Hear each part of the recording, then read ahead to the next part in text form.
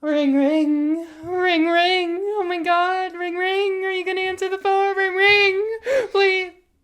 Hello, the Joy Shop. Is this the party to whom I am speaking? Hi, this is Samantha, and I'm here. I'm calling about a bracelet, okay? Yes, we do have bracelets, thank you.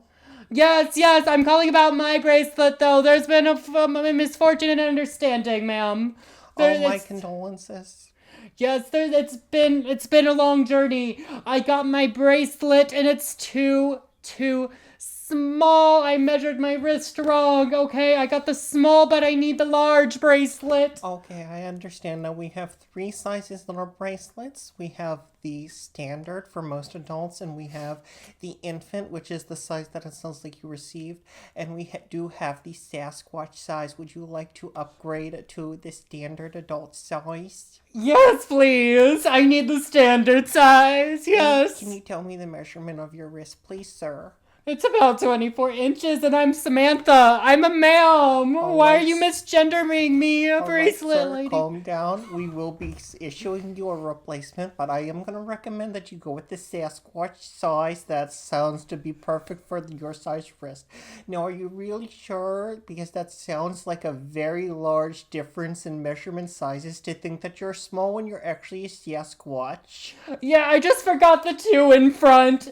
I put 4 inches, but it's 24. I measured wrong the first time. All right, sir, don't worry. I'm happy to complete that I'm exchange not, for you. sir. This is abuse. Physical and mental abuse.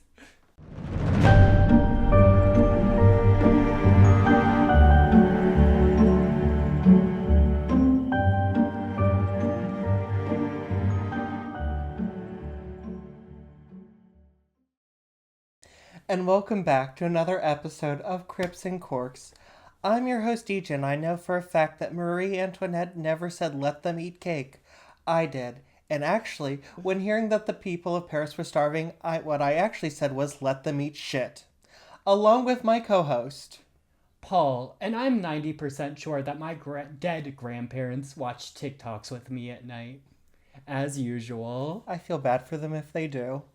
No, TikToks are great. I've seen your TikTok. And that one wasn't even. Oh, well. Miss LaSanti, you here? Girl, my wall is now exposed. Okay, you guys are just gonna deal with. You're gonna have to our deal set's with it. falling apart. This is our first time This back. was your dead grandmother. She was saying, please, free me. From I'm tired of looking at shirtless men and McDonald's advertisements. Okay, they probably would be sick of my McDonald's and like shirtless men and all the shenanigans that are on my TikTok For You page. But that is a thought I have. Like, are our dead family members watching TikToks with us? Are your dead relatives watching you jerk off at night? I hope not. No, I hope not. But I do think they're probably participating in TikTok time, okay? I think they're watching TV with me, and I am so sorry to my grandparents that I had to put them through Kevin Hart's Funny AF this week, which I did not watch for Kevin Hart, I promise. I only watched for the up-and-coming comedians who were actually really funny. Yeah, and if you do go to watch that show, well, I guess this show will be my blessing and my curse a little bit for this week, because that show, while it was really funny, Kevin Hart definitely spoke too much. There was definitely like 3 and 4 minute monologues from Kevin Hart throughout the entire show, and it was just like, too much, girl, too much talking. Let's get to the funny shit, okay? We don't need to hear your spiel about how you're saving comedy with this show, okay? There is a reason why I don't particularly like male comics, and that's because male privilege is a thing, and men have a tendency to talk and think it's their right to be heard. Yeah. Meanwhile, us with the whole podcast. Wait. Yes, but I have never claimed to be a comedian. I'm a journalist. I'm a researcher. I'm an investigator. We claim to be. This is a news podcast. This is a serious breaking news journalism room. We claim to be comedians every episode, TJ. Not once have we claimed. I'm a journalist. This is NPR. This is some CNN shit. for legal reasons, none of what we do is serious. This is Don't take entertainment. this This is entertainment, seriously. okay? Do not quote us in your college papers. Do not take anything we say here seriously. It's all entertainment. And except for what I said about Kevin Hart, I don't trust him. Okay, there's something That was about an him I don't opinion. trust. Yeah, that's an opinion. Yep, but there is something about Kevin Hart I don't fully trust. Okay. There are some good male comedians. I'm not saying they're bad. I'm just saying that on the whole, I would prefer to watch a female comedian. See, I can't think of any good male comedians like right off the top of my head, but I'm sure like if I had like a couple hours to think about it, they would pop in there. Yeah. Yeah. How was your week? It was fine. We're here. No blessing and curse. Blessing, I made it here without turning around because there are a couple times where it's like my anxiety is off the charts. I'm going to turn around.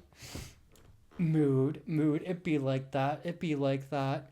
Well, I hope your anxiety gets better. And yeah, it's gonna be a great episode. Curse, anxiety is a scourge. I know that's right. This one we're dedicating to our anxious girls out there. Yes, it's not fun. Anyways, would you like to drink? Sure, let's get into it. I found this really neat bottle. It is The Devil You Don't Know from Bushy Vineyard. Ooh. From Gorman Winery. Vintage 2021. And that's all that's on the bottle. Period. You know what? I've actually never tried this wine yet, so I just saw it. I was like struggling to find a wine for this episode. Then I saw this and I was like, this is perfect. Do we want to attempt to use the manual? Or do we want the automatic? Let's get the automatic because I think your manual is like slightly off and it's been like ruining the corks. Is the manual out? Oh God, not that. Okay, first we're gonna make sure there's no cork in here. No. Okay. She should be charged. Okay, she's working again. She's back in action. We love to see it. Not only are we back in person, but our wine opener is actually working this week. Thank Christ. After weeks of struggle, we are back, kids. I really thought that we were gonna have to go get a new corkscrew and I was gonna be pissed. It's fine. We're here. We've made it. Okay. Asthma pour number 1.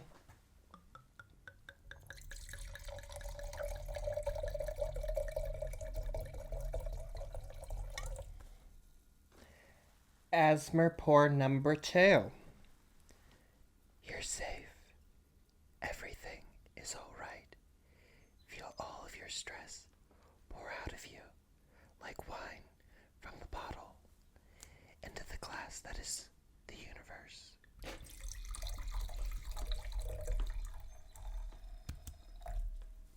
And your stress is gone. Man, I felt like I was in a Buddhist temple. That was great. I know, well, the last time I accidentally hit the glass and we said it sounded like meditation bowls, so. Yeah. Cheers. Cheers.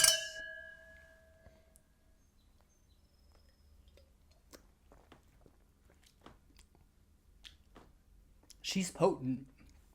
Girl, that'll make you, if you're my parents, fast forward, about 15 seconds. That one will make your pussy throb. Yeah, okay. I was a little worried because as I put it up to my nose, I smelt it, and it does not have a nice aroma. That'll put hair on your chest, if you will. But the taste is quite nice. It's a nice middle of the road red. Yeah, it's strong for sure. I'm not really rocking with the taste. I'm giving that 3 grapes. It's not very middle of the road, like you said. I'm going to give it 3 as well. Yeah, I'm not really rocking with it. It was cool, it was cute, and it was fun. Definitely give it a try if you want. If not, you're not missing out. Right. I agree. Very much like me. Will I be finishing the bottle off camera? Yes. Girl. Will I enjoy it? Possibly. Hey, Will I hate myself afterwards? Most definitely. Hey, get enough of that shit in you, and you probably won't even taste it after a glass or 2. And you know what? That's something I can appreciate about a wine. I just want to get to the point where the voices inside my head go shh. It sounds like the ocean, but inside your head. Exactly. Exactly. It's kind of like when you stick your head up your ear next to my brother's head. All you hear is a busy signal. Yeah, there's not much going up there. No. But we love him. Love you. He doesn't watch this. You don't have to. Well, then I fucking hate. No, I'm kidding. Anyways, Paul, shall I tell you a story? Let's get into it. Dear listeners, what has brought you to Crypts and Corks today? Is it a passing interest in the mysterious and the macabre? Are you fetishizing the terror wrought by others? Taking secret pleasure in the things you yourself cannot or are too scared to do? Are you prepared for this dark and seedy tale? Are you ready for everything it will arouse in you? Be prepared to face your own dark desires. And don't complain that this isn't exactly what you asked for. Sincerely, the subject of today's episode, The Watcher. That was sexual, girl. I felt like you were reading from one of those fan fictions. One of those AO3 archive of our own, if you will. I felt that was like a Wattpad. Oh my gosh. You're welcome. I'm Listen. glad if I get fired that I can fall back on writing AO3 and Wattpad fiction. Yeah, don't read that intro to me in a deep voice. Oh my gosh, I might have to take a cold shower or something. Thank God you got a light feminine voice. You sound kind of like Dear listeners, you sound like Betty Davis if she had Thank throat you. cancer. I'm pretty sure she did. Oh, did she really? I don't know. She had That cancer was at some point. just the first thing that popped in my head, honestly. But if You don't even know who Betty Davis is, do you? No, but if she did have throat cancer, I am psychic and I will be doing readings. I'll be charging, we'll do $15 to start out with, but later we'll move it up to $20 as my psychic powers really set in. Kind of like DJ's Foundation. Once it really sets in, it's really worth it. Sure. Anyways, so the reason why I picked The Devil You Don't Know is because this is a cold case. Really? Oh, true crime. We haven't done true crime in so long. I'm actually super excited. It's been a really long time. I haven't even covered anything true crime in a long time. I'm disappointed in you, Paul, but that's my natural setting in you. Leave me. Okay. Anyways. You and my parents both. That's why we get along so well. Everyone's disappointed. We just bitch about you behind your back. I don't doubt it. Anyways, our story takes place in the sleepy, quiet, luxurious community of Westfield, New Jersey. It is a bedroom community of New York City, being just 45 minutes from Manhattan. Okay. It is a town of 30,000 residents who mainly consist of well-to-do families. That's kind of like my hometown. There's like a population of like 30,000, but not the well-to-do families. It's more like crime and teenage pregnancy. Yeah. Is it Westfield or is it... I wasn't going to dox where you're from. Oh, I'm pretty sure they all know where I'm originally from. And they know what city I'm currently living in, so...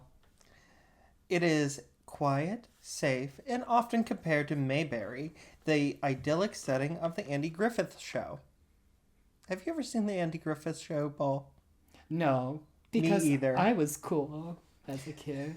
Actually, I wasn't cool. I was a freaking loser. I got invited to one party and got, the first time I got drunk, I got invited to one party, right? It was after the musical theater. Did not get invited back. I was not a popular kid.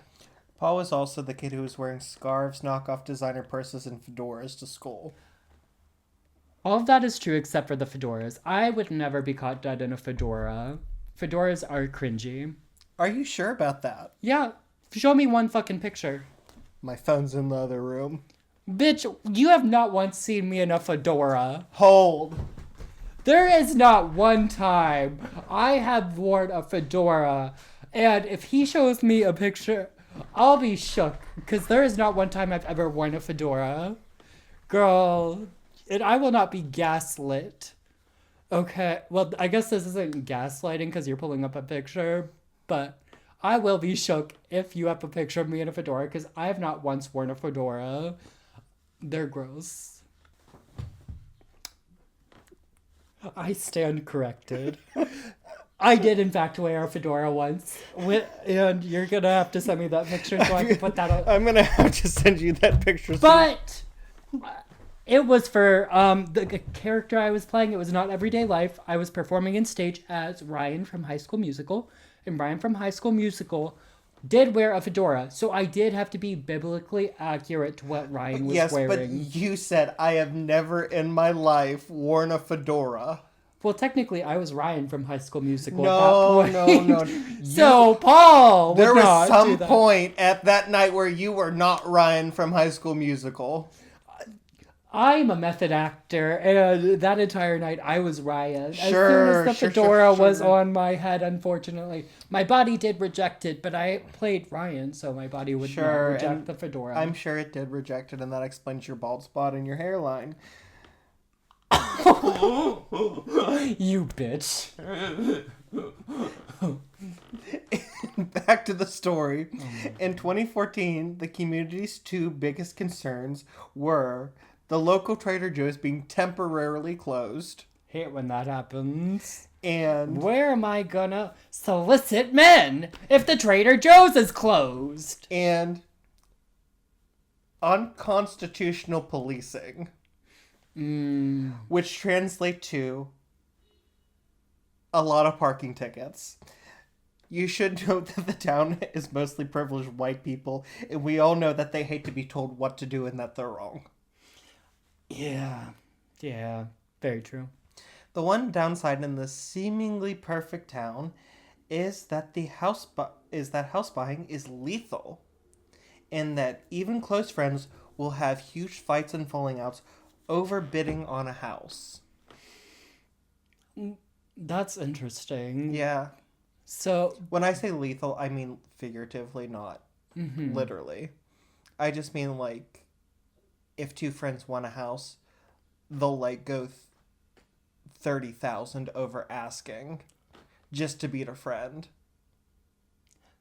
that's insane, and that sounds like very much sounds like the people you described, rich to entitled white people who have nothing better to do with their lives. It's like, yeah, I've decided I want a bigger house close to the country club. What do you mean the Smiths are bidding on it? I raised the bid $5,000. Yeah, that tracks. In June 2014, the Broaddus family bought a large home at 657 Boulevard, perhaps the grandest home on one of the most coveted residential streets in the community. It is said that if you have a house on the boulevard, you've made it. Okay. Now, what neighborhood in Pittsburgh would you compare to that? Shadyside. Shadyside. If you have a house in Shadyside in Pittsburgh, then you've made it. Yes. I can agree with that. There's some nice houses. And this is the house. It kind of looks like the Amityville house a little bit. A little bit. Like the Amityville house, it is a Dutch colonial. Ooh. This house was built in 1905 and was the former home of former Westfield Mayor John Davies. Period. Sorry, I took a sip. And It's okay. It hit me in the worst way. That wine is so strong, girl. That's crazy. It's because I put vodka in it when you weren't looking. Ooh, no, I can handle vodka. The Broaddus family consisted of Derek and Maria and their 3 kids who were 10, 8, and 5. Too many kids, but okay. You think anything over 0 kids is too many. Exactly. Maria had grown up in Westfield just a few blocks away, and Derek had climbed the corporate ladder at a Manhattan insurance firm and had recently been promoted to senior vice president. Period. Good for him. One night in early June of that year, Derek was at the home doing some painting, and when he finished, he went out to the mailbox to check on the mail. Inside, he found a letter addressed in thick, clunky, clumsy handwriting addressed to the new owner. The letter inside was typed and reads as follows. Dearest new neighbor at 657 Boulevard, allow me to welcome you to the neighborhood. How did you end up here? Did 657 Boulevard call to you with its force within? 657 Boulevard has been the subject of my family for decades now, and as it approaches its 110th birthday, I've been put in charge of watching and waiting for its second coming. My grandfather watched the house in the 1920s, and my father watched in the 1960s. It is now my time. Do you know the history of the house? Do you know what lies within the walls of 657 Boulevard? Why are you here? I will find out. Do you need to fill the house with the young blood I requested? Better for me. Was your old house too small for the growing family? Or was it greed to bring me your children? Once I know their names, I will call to them and draw them to me. Who am I? There are hundreds and hundreds of cars that drive by 657 Boulevard each day. Maybe I am in one. Look at all the windows you can see from 657 Boulevard. Maybe I am in one. Welcome, my friends. Welcome. Let the party begin. The Watcher. That's so weird. Now, this will be a good time for me to admit that I did see the Netflix show that was based on this. Now, did I make it to the ending? Not really. But I did watch most of it. But I will also say, when he says hundreds and hundreds of cars are passing that house each day, that is something that bothers me about people who buy nice houses on busy roads, okay? If you are going to buy a nice house, you want that bitch to be secluded. There are so many nice houses on busy roads in Pittsburgh, and I'm like, bitch, what are you doing? Like, not only the noise, but you have all these people looking at your yard, and then it's impossible to pull out of the driveway. I do not get people who buy nice, big, fancy houses on busy roadways. It does not sit right with me, okay? Do you have anything to add? No, thank you for that TED Talk, though. Yeah. Now, this is weird. Now, if I saw this, I would promptly open all of my curtains and walk around the house naked a lot more. Because we've all seen my body. That would deter anyone from trying to break and enter anyone's home. I mean, Paul's body is so hideous. He got us banned from TikTok Live. Exactly. I'm like... That's not a joke either. We were banned because he took his shirt off. He got not even halfway naked and got us banned from TikTok Live. The Chinese have put him on a watch list. He is so ugly. He is listed as a weapon of mass destruction by the Chinese Department of the Military. Xi Jinping, the president of China, is afraid of this ugly motherfucker. And it was kind of offensive how quickly TikTok did ban us. My shirt was off for a good, couple seconds, and they said blocked. They reported. Saw those pepperoni nipples and took you out. I'm kind of like the squonk of twinks. I think you're just the squonk. In general. Well, unlike you, Derek was deeply disturbed by this letter and by the fact that it was after 10 p.m. and dark and he was alone in the house. Well, he's also married and has kids. Like, someone lonely like me, I'd leave the curtains open and hope someone comes in. Like, oh, you want to see me? Paul's hoping the Watcher will, just come in and stab him repeatedly in the booty hole with his long telescope. Ooh, I'll nair just for you. Ooh. He ran around the house to shut all the lights so no one could see into the house, and then called the local police department. An officer responded, and when he saw the letter, his exact response was, "What the fuck?" Yeah, it is. I'm sorry. Crazy. If I call the police and their response is "What the fuck," I'm out. Right. I'm leaving the country. I'm moving to Canada. Yeah. Well, actually, I don't know if I agree with that. Like the police. And I'll leave it at that. Okay. That is a recurring theme of this episode, anyways. He was as disturbed and confused as Derek, and all he did was recommend that Derek move a piece of construction equipment off the back porch so the watcher did not use it to smash any of the windows to get inside. Makes sense. Makes sense. Derek rushed home and showed Maria the letter, and together they emailed John and Andrea Woods, who they had bought the home from. The following day, Mrs. Woods replied with shock and responded that in 23 years, nothing like that had ever happened. Almost. What do you mean, almost?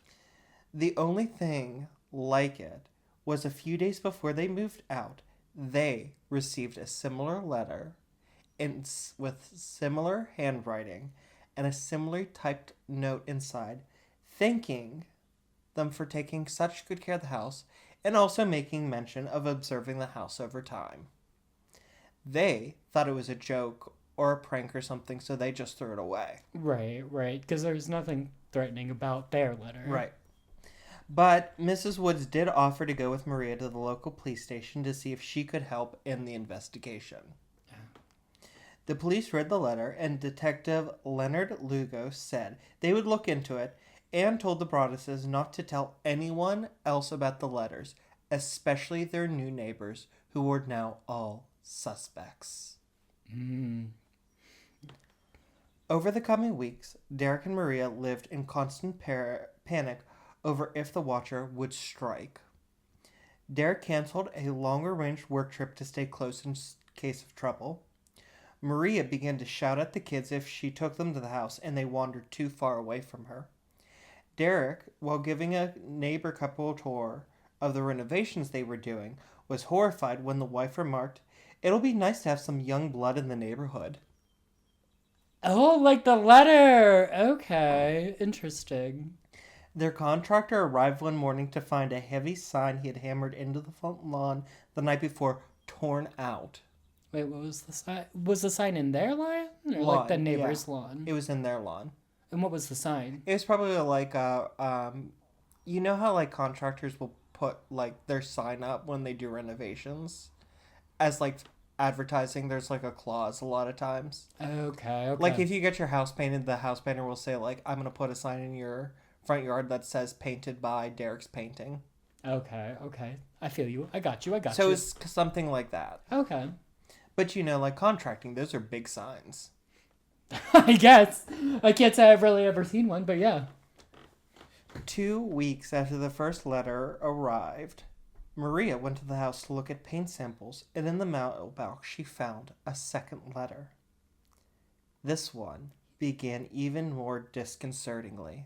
The letter began, 657 Boulevard is anxious for you to move in. It has been years and years since the young blood ruled the hallways of the house. Have you found all of the secrets it holds yet? Ooh, okay. I like that. That's kind of like a treasure hunt. I like that. It addressed Derek and Maria by name and listed their children by name, as well as their nicknames, and in correct order of birth. Yo, that's crazy. He did some Facebook stalking. He even mentioned watching their daughter painting on an easel on an enclosed porch that could not be seen from the street. Okay, that would trip me out, actually. That would not sit right with me. And that, we would be moved. We would be out of there, bitch.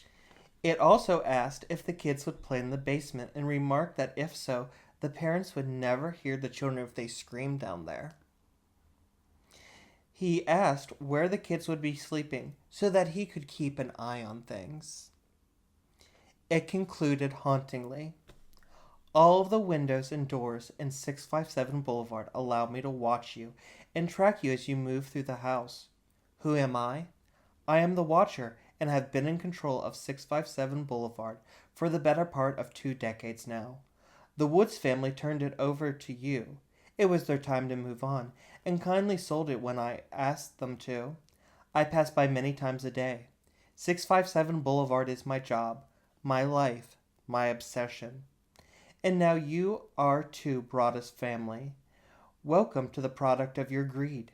Greed is what brought the past 3 families to 657 Boulevard, and now it has brought you to me. Have a happy moving in day.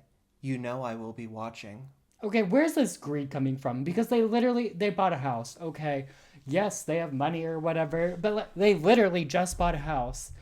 And honestly, if I got a letter like this, I would kick into Buffy the Vampire Slayer mode, and I'd be ready for this.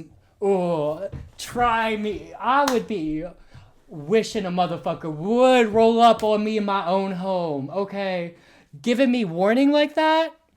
That's on you. Okay, I've seen all 7 seasons of Buffy the Vampire Slayer.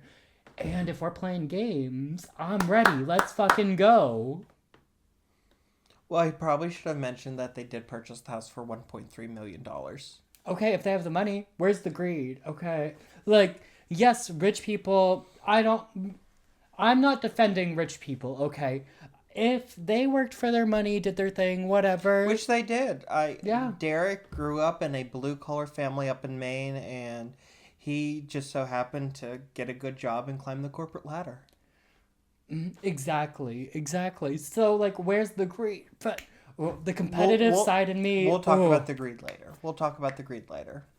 This just makes me want to square up. You're not going to talk about me in my own home. Derek and Maria decided to stop bringing their children to the house and continued their search for the mysterious watcher. Their first thought was that it might be someone who they had outbid on the house. The Woodses contradicted this because while they did have multiple offers over asking, one bill fell through due to a medical diagnosis from the bidder, and the other was rescinded when the offerer found a different home. Okay, so... The Woodses proposed it may be a neighbor due to the mention of the renovations. The Broadduses disagreed as the first letter was postmarked June 4th, a day before the sale was made public and a day after the contractors arrived. And all the renovations were mostly interior, and the neighbors had no idea. And the sale of the house was never public because the Woods never put a for sale sign up in their yard.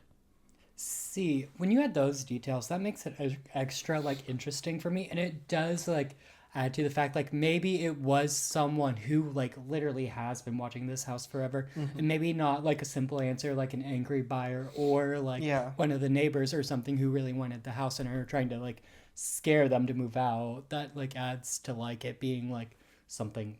Nefarious. Nefarious, exactly. That's a good word for it. Now... The day after the second letter arrived, the Broaddus family went to a neighborhood barbecue held to welcome them to the neighborhood. They spent the entire party anxiously scanning for any clues as to who the watcher could be. Derek learned from John Schmidt, who lived one door down from them. Like, not right next door, but on the other side of the next door. About one of his next door neighbors, Peggy Langford, who was in her 90s and who had several of her adult children living with her, including her son, Michael, who Schmidt referred to as a Boo Radley character. Well, that sounds racist. Well, no, do you remember, did you read To Kill a Mockingbird in school? Yeah. And Boo Radley was just like a probably autistic guy who was misunderstood. Okay. But he was like the ghost story for the neighborhood. Either way, doesn't sound like a good, like, nickname. Either, like, yeah, that's okay. The best. Michael was diagnosed with schizophrenia. It did not work and was known to walk through neighbors' yards and peer into their windows. It's like that Theo Von quote. One of my favorite Theo Von moments is, like, he's talking about peeping and stuff, and he says he'll walk up the windows, and he said, "I'll watch your whole family eat dinner." And it's a hilarious moment. Yeah, Theo Von, who is now woke. Shout out for your wokeness, Theo Von. You doing the thing. I mean, cool. Keep growing as a person. Derek asked Detective Lugo to look into Michael Langford, And Lugo said he did, but the narrative didn't fit. And that the Broadduses should drop the case as something probably wouldn't happen to them. Probably. What does the narrative mean? I have no idea. Right. Every source I had the narrative in quotes. So I don't think Lugo even knew what the narrative was. You know what this family should do? What? Please give them advice no one else has. They should Home Alone it, okay? Wait. Why do I want to see Home Alone with the Watcher? Exactly! You leave the front door open. You have a whole bunch of Home Alone booby traps that he set up for the robbers and whatnot, and you Home Alone that shit. Invite them in, make them feel comfortable, and then BAM! Get them when they're not expecting it. No, one thing I will say. You know the part where the robbers are walking up the stairs and Kevin, sends the paint cans on a rope down? Mm-hmm. Somebody debunked that, and apparently if they even had a little bit of paint in it, it would have crushed the robbers' heads. And that's some good advice for you at home, folks. Remember, the paint can with just a little bit of paint. And hey, for all we know, you're not one of the 11 people who watch us every week. Now, this... So you can cover your ass. For legal reasons, Paul does not speak for either Crypts and Corks nor myself. Paul barely speaks for himself. Talk about schizophrenia over here. This probably wasn't good enough for Derek and Maria, who began their own investigation. They employed private investigators and former FBI profilers, including the one who was the inspiration for Clarice Starling from the Silence of the Lamb movies. Oh, okay, cool. They pulled out the big guns. I mean, if you have enough money for $1 million home, I'm sure you can afford a good private investigator. The Westfield police refused to aid in their investigation or to accept help from any of these outside experts. I would say I'm surprised, but I have listened to enough true crime to know the police just continue to fumble the ball time and time again. So I wish I could say I'm surprised, but I'm not. Robert Lenahan, a former FBI agent, did a threat analysis reading through the letters and found several old-fashioned ticks indicating an older writer. Envelopes were addressed to M/M Broaddus rather than Mr. and Mrs. Mm-hmm. The letters started with remarks on the weather, such as warm, sunny weather we're having, or damp and wet. Same. Ha! Sentences were ended with double spaces after the period, like on typewriters. He also noticed a certain literary panache to the letters, making it his belief that the writer was a big reader, and a lack of profanity despite the obvious anger in the letters, indicating a, quote, less macho, end quote, writer. Okay, but in all seriousness, it's really cool what they can, deduct from things like that. From just, reading the letter, they can, not stereotype, what's the word I'm looking for? Profile. Yeah, they can profile the killer just from, how they're writing the letter. And I just said killer. Not sure if anyone gets killed or anything yet. I know I saw the Netflix series, but I don't think anyone died in it. But, yeah. Freudian slip. Lenahan determined that he did not think the Watcher presented a physical threat. However, he noted that there were several erratic mistakes in the letters indicating that anger might bubble over into violence. The anger centered mostly on the renovations. Quote, "The house is crying from all the pain it is going through. You have changed it and made it so fancy. You are stealing its history." End quote. The Watcher also mentioned being in the house during its glory days. Quote, "The 1960s were a good time for 657 Boulevard, when I ran from room to room imagining the life with the rich occupants there. The house was full of life and young blood. Then it got old, and so did my father, but he kept watching until the day he died. and now I watch and wait for the day when the young blood will be mine again." End quote.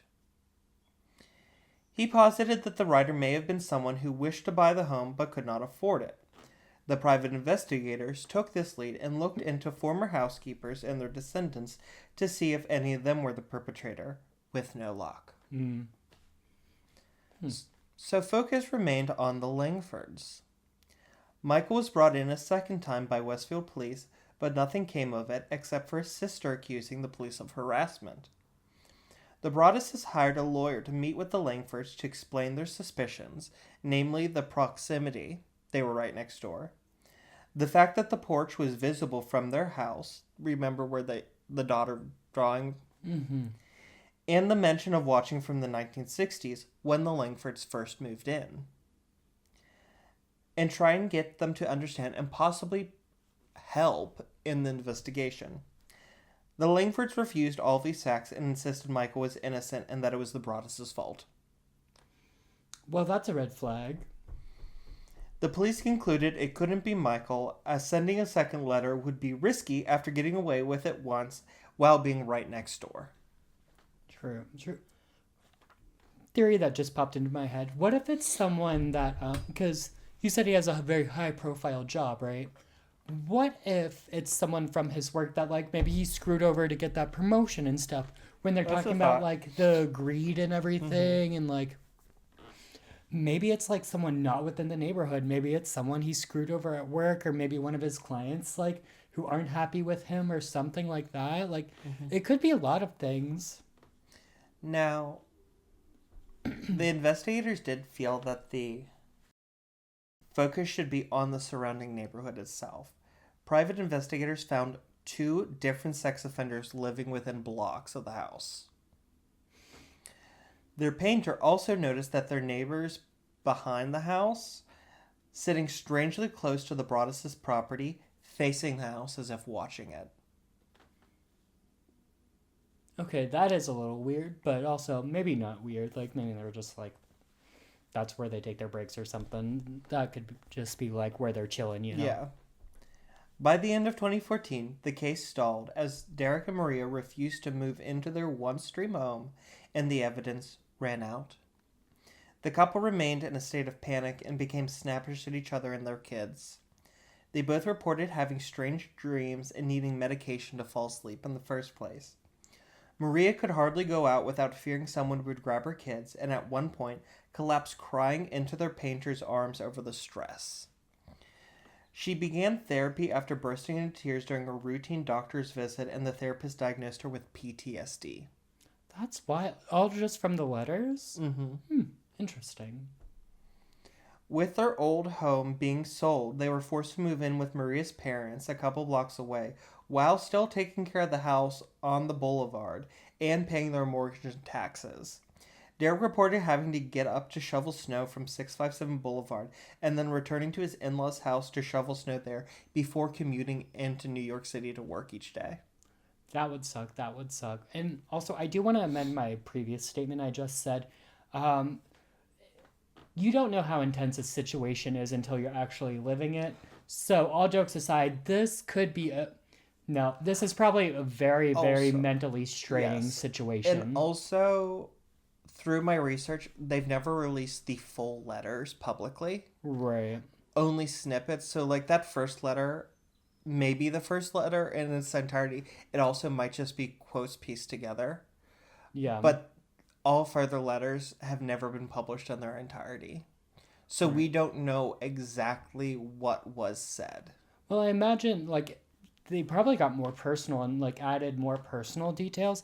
And if someone is writing these letters and putting in their details, like, no one else knows or, like, private details, that would really mess with your head. Yeah. That would be really scary. Like, saying, oh, I saw you wore those blue pajamas last night, and you're like, I didn't leave my house. How would... Yeah. My curtains were closed. That would freak you out. And it started with, like, I noticed you coming by. You have a Honda minivan and a Mercedes Benz. Right. Which is, like, okay, scary, but, like, it could have been, like, oh, your youngest, his favorite toy is a teddy bear, isn't it? Exactly. Things like that. And that's probably why she was having such a meltdown. Because I'd have a meltdown too in that. Well, yeah, I'd probably have a meltdown too. They were both having meltdowns. Right. Like, any, like, person probably would. Like, jokes aside, yeah, that's a very intense situation. Meanwhile, with the letters being kept a secret, the community was left to wonder what was going on. Many whispered that the Broadduses were in legal problems or were going through a nasty divorce behind the scenes. I mean, like, it's like not a far stretch. I'm sure that thing, I mean, I know things like that happen all the time. 6 months after the first letter arrived, the Broadduses decided to sell 657 Boulevard. They were able to purchase another smaller home in Westfield with money borrowed from family through an LLC to keep the sale private in case the watcher targeted their new home as well. Mm-hmm.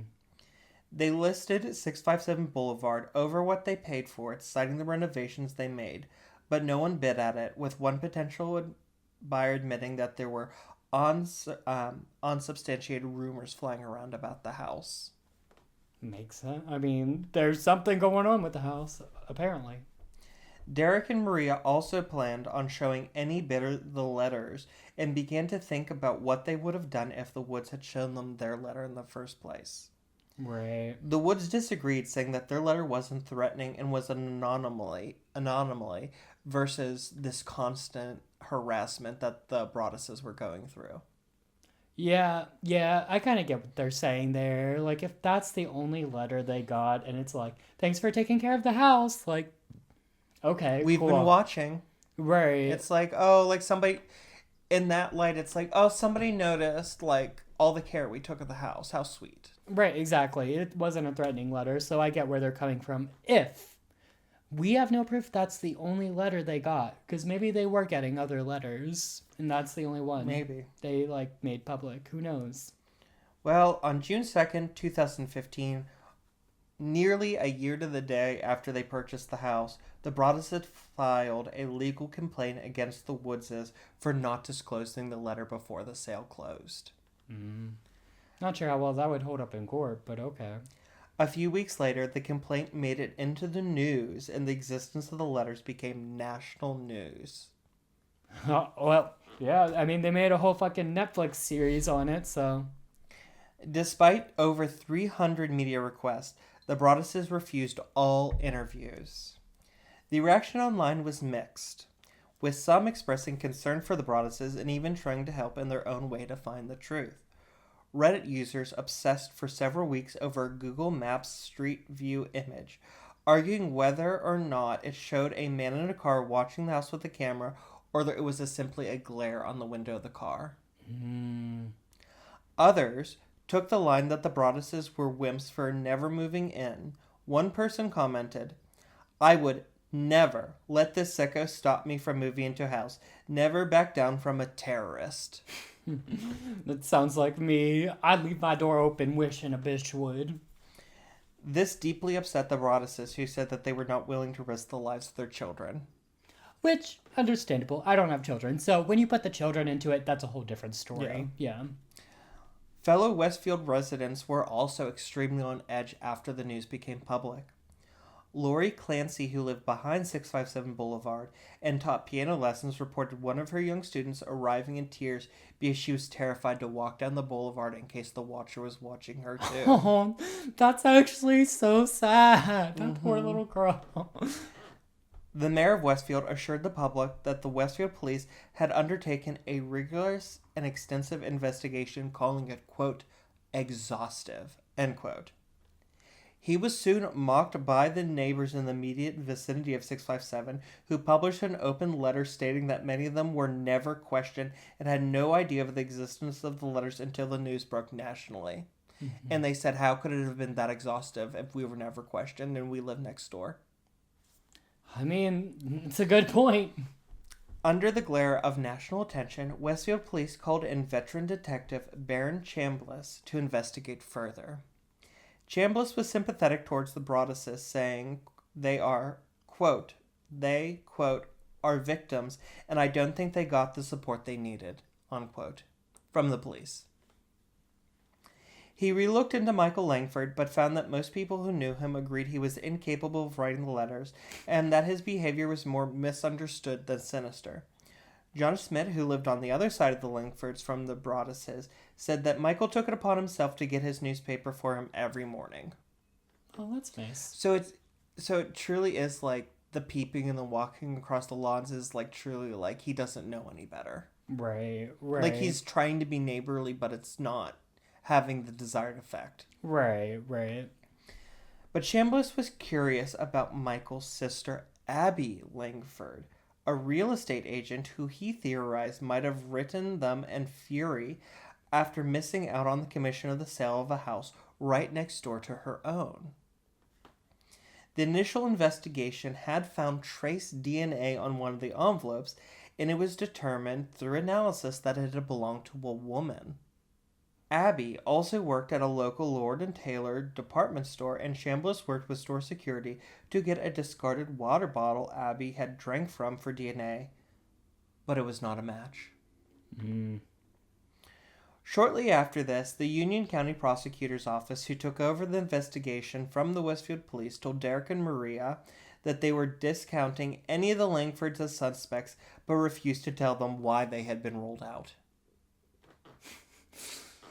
That's okay. Well, at least they're ruled out. They're ruled out, but also Derek and Maria are like, why? Because, like, yes, proven, like, innocent until proven guilty, but it's like, are you going to tell me why they're innocent? Like...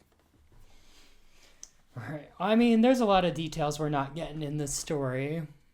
Derek and Maria, Chambliss, and investigators were back to square one. Derek and Maria walked the boulevard with one of the letters to ask their neighbors to see if anyone recognized the handwriting on the envelopes. Chambliss sat outside the house one night to stake it out and saw a car slow down long enough to be suspicious. Mm-hmm. He tracked it back to a woman who admitted her boyfriend was into, quote, really dark, end quote, video games, especially one in which he played a character called The Watcher. Oh, okay. Period. The boyfriend, however, was not living in Westfield at the time, but Chambliss contacted him, and the boyfriend agreed to meet Chambliss twice, but did not show up either time. I don't know. Sounds like this boyfriend. I don't know. At the end of the rope, both emotionally and monetarily, the Broadduses decided to sell 657 Boulevard at a loss to a developer who would tear the home down, split the lot, and build 2 new homes in 2016. The sale would have to go through the town planning board, as the 2 lots would be just 2 feet short of the regulation minimum. In January 27, at a hearing, over 100 residents showed up to protest the proposal. Over 4 hours, residents presented complaints on how the proposal would affect their neighborhood aesthetically, with little mention as to why the Broadduses were fleeing from their dream home. People have no fucking lives. If you're that concerned about how someone else's house makes your neighborhood look, get a fucking life. You're a loser. One of the quotes I saw was, this woman said, every day we're fighting against deck parting, too bright light bulbs, ugly paint. 657 is our Alamo where we take a stand. Which only a white person could compare, like, I don't want to risk, like, 2 ugly houses going up on my block. And a lot of people said that the main concern the Westfield residents had was a dip in property values. It's giving, to quote the late great Kardashian show, Kim, people are starving. Like, these people need to get a life. There are bigger problems in the world than this house on your block getting, like, separate. Like, girl, if they have this much time on their hands, they need to reevaluate their lives. Wait. Abby Langford showed up to the thing and stood up and said, for nearly 60 years, I've looked at a big, beautiful, grand house. I don't want the view to change to be that of a driveway. Girl, people are annoying. I'm sorry. After 4 hours of Listening to residents' complaints, the board unanimously denied the Broaddus' proposal. Derek and Maria were distraught as they were bleeding money paying the mortgage, property taxes, as well as investigation costs. The family's priest had attended the meeting and stated that he was shocked the neighbors were worried about aesthetics over the human factor of their neighbors' very realistic fears.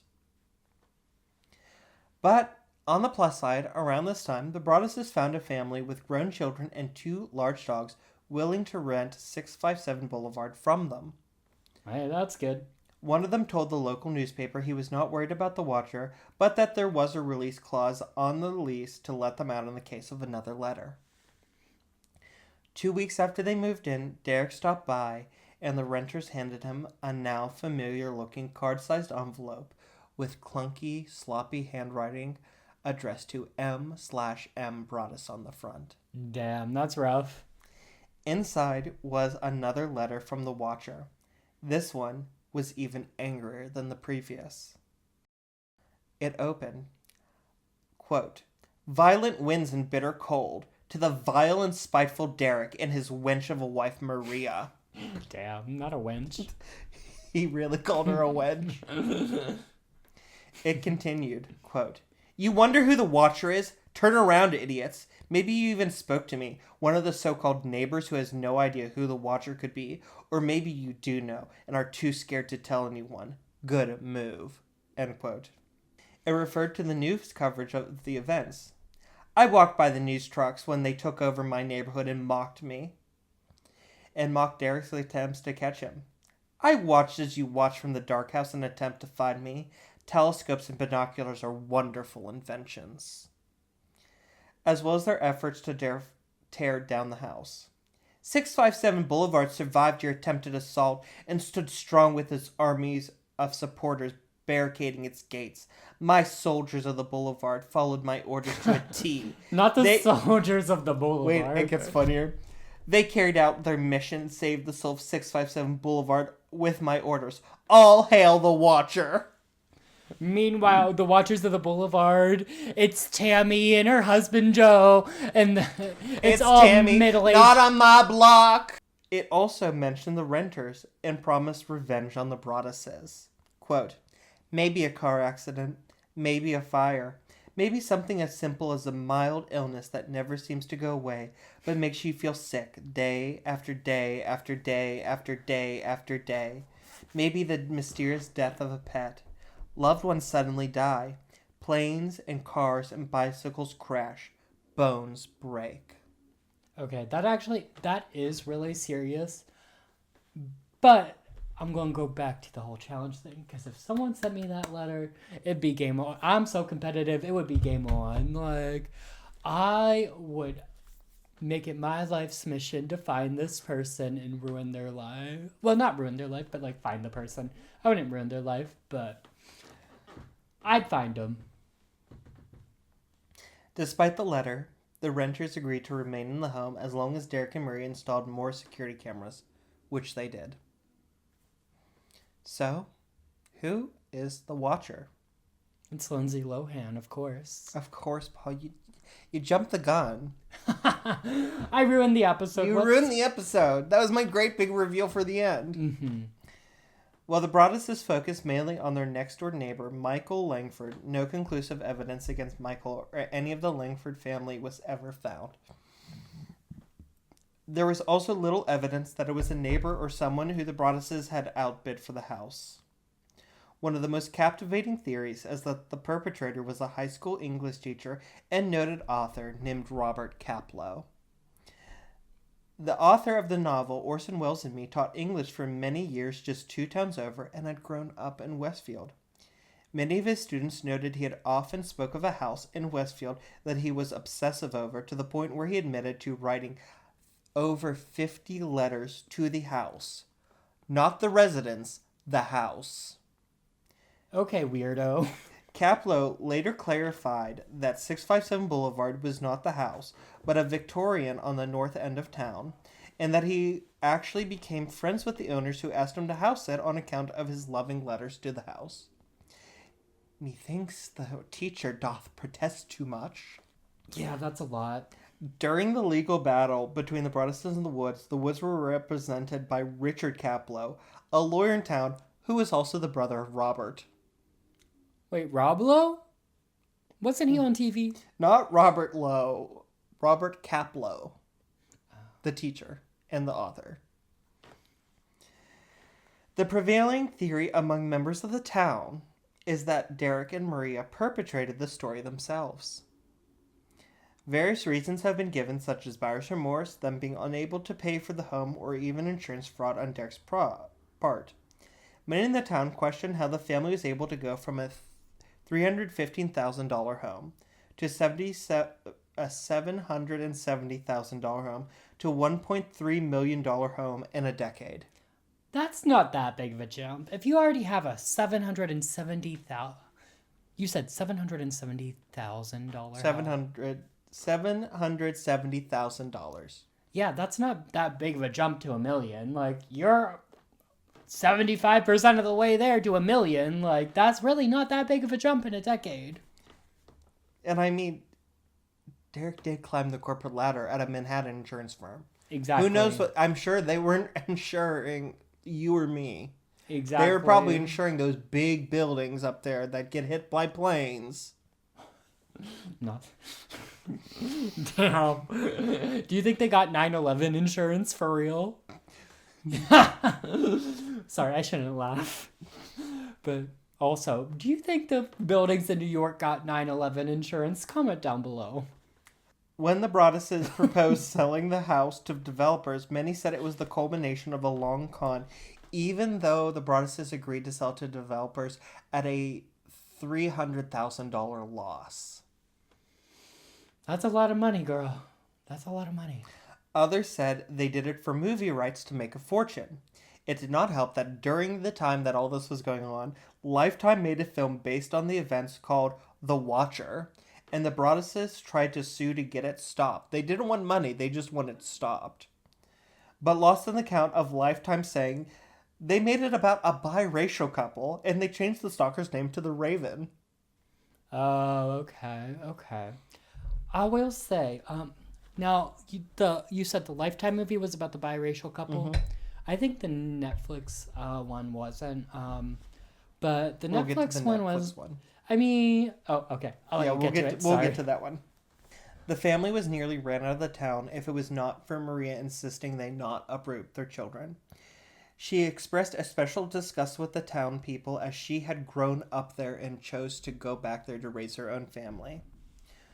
Locals on social media, however, questioned her commitment to the safety of her family for at the time having a public Facebook page with a picture of her children on it. Okay, everyone's got a freaking Facebook. Like, sue me. Do you know how many people have Facebook pages with their children on it? Everyone. On Christmas Eve, 2017, several Westfield residents received letters from an anonymous sender defending the Broadduses and cited instances of domestic terrorism and brewing mental illness within the community that were largely ignored by the news. Derek later admitted to a journalist that he had sent those letters, and he was ashamed of it, but he wanted to do something to defend his family, even if it was just defending the reputation in the town they lived in. I can't blame him for that, honestly. Yeah, I can't blame him for that. The people of Westfield hardly think of the Watcher anymore. If it is brought up, their only concern is that it will diminish the property values and allow undesirables to move in and stop them from selling their own houses at a profit. In the end, neither Baron Chambliss, the retired detective from the Westfield Police, or Vince Gagliardi, the former chief of detectives for the prosecutor's office, were able to find anything conclusive to bring light to who the Watcher is.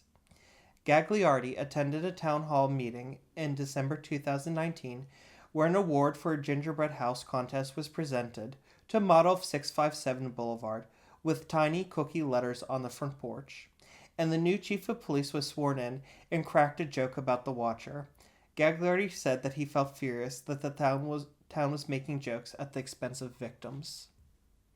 Yeah.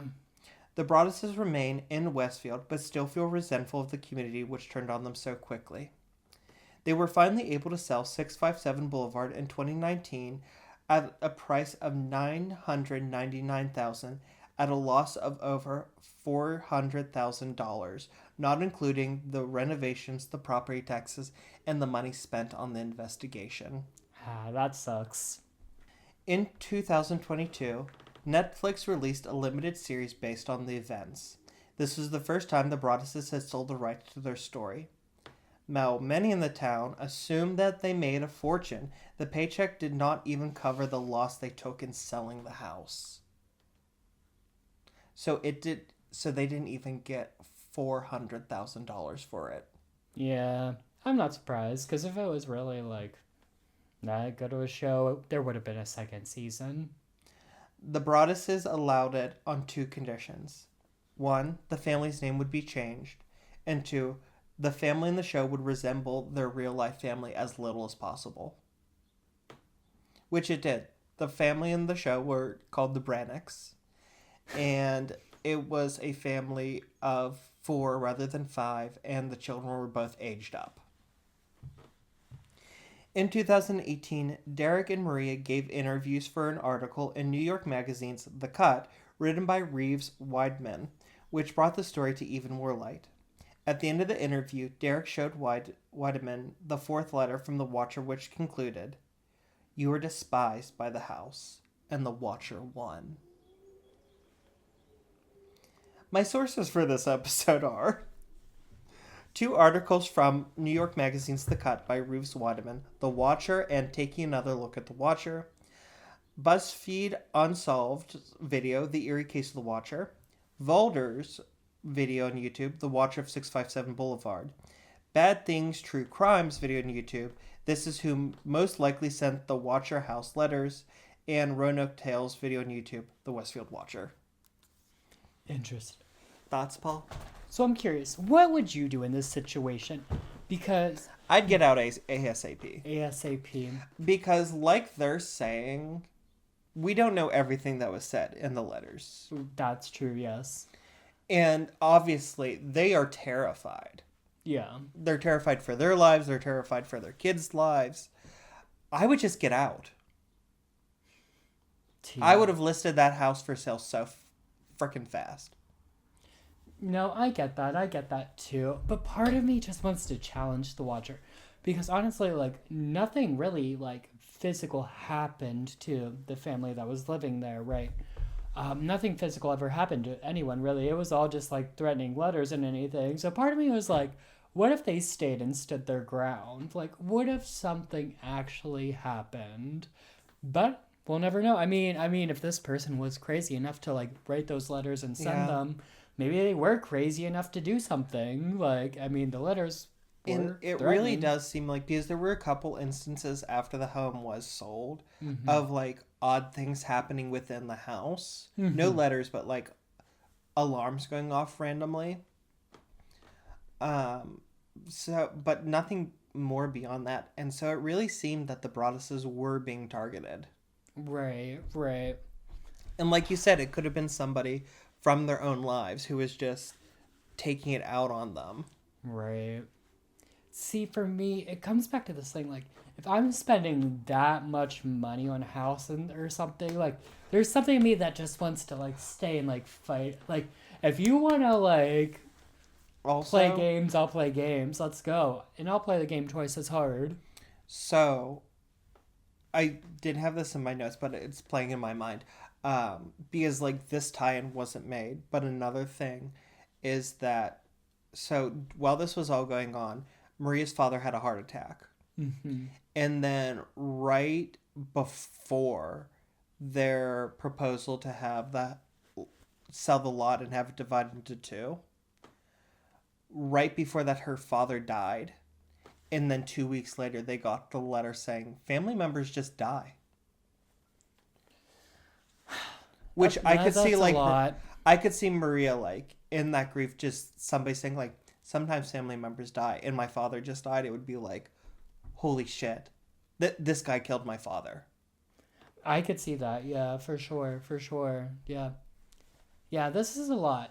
I wish, like, I hope one day this gets solved so we know who sent the letter, why they were sending it, what was going down. Like, I want to know the full story of this. Now, one really compelling theory that I did hear, I can't remember which of the videos it was, but they said that it could have been Michael Langford. Like himself, like sending the letters to his own house? The neighbor. The schizophrenic neighbor. Okay. And the reason why they just suddenly stopped was he was put into hospice care around the time that the letter stopped, and he died a year or so later. Interesting. And it was like he was sort of like, you know how like schizophrenia do. Yes. And the reason why it stopped I don't. was because like he was put into a hospice facility, and he couldn't Send the letters. send the letters anymore. I mean, I could see it. Makes sense. No. Well, another one of those stories we'll never have the answers to. Did you enjoy the show? The show, it was fine. I enjoyed it. It did really bother me because it was like, it's like, I'm so worried about buying my own house because like people like in a neighborhood really are so fucking like involved. Right. And like the one point where like they're replacing the countertops and the neighbors are like freaking out. Like, how, like, they're Carrera marble. Why do you need butcher block? People are so annoying. Like, mind your own house. Let me do what I want in my own home. Exactly. Just mind your own fucking business. Like, People are I could annoying. see, like, it's 8 o'clock in the morning. Why do you have a construction crew here? Like, you know what? I'm really sorry. Like, I can get them to push back to 9. Like, I'm really sorry. Can, like, we just agree on 9? Like, they'll be out of here in a week and a half. Right. But then again, like, my neighbors just had a tree taken out of their next yard. The tree removal service deadass drove through my yard to get to their backyard, to get to the tree. No notification, just drove right through my yard. What, did I blame the neighbors? No, but like, would it have been nice if the tree cutting service would have knocked on the door and been like, hey, like, we got to drive through your yard to get back there. We just like wanted to notify you. Yeah. Well, unfortunately, people, it is what it is sometimes, you know? And let us know what you would do if you were getting letters from the Watcher. Please be sure to like, subscribe, and follow. I'm sorry, I didn't ask if you had any other thoughts. no, my only thought is I've only had one glass of this wine and I'm feeling the alcohol. So if you want wine that'll get you drunk quick, this wine will get you where you need to be. Or just don't eat like Paul does. Please remember to like, subscribe, and follow wherever you're listening. Comment down below. Connect with us on all of our social medias, which can be found in our links below. Paul, where can they find you? You can find me at my personal Instagram and TikTok at Paulember, Paulember. And as usual, it's not delivery, it's DiGiorno.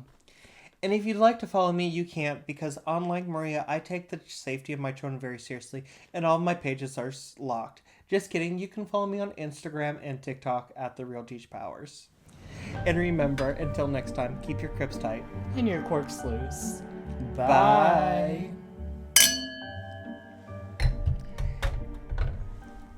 Excuse me, sir. I was just wondering, as we talk about your Sasquatch-sized arms, do you also have very hairy Sasquatch arms? Because that might involve some slight discomfort with the bracelet.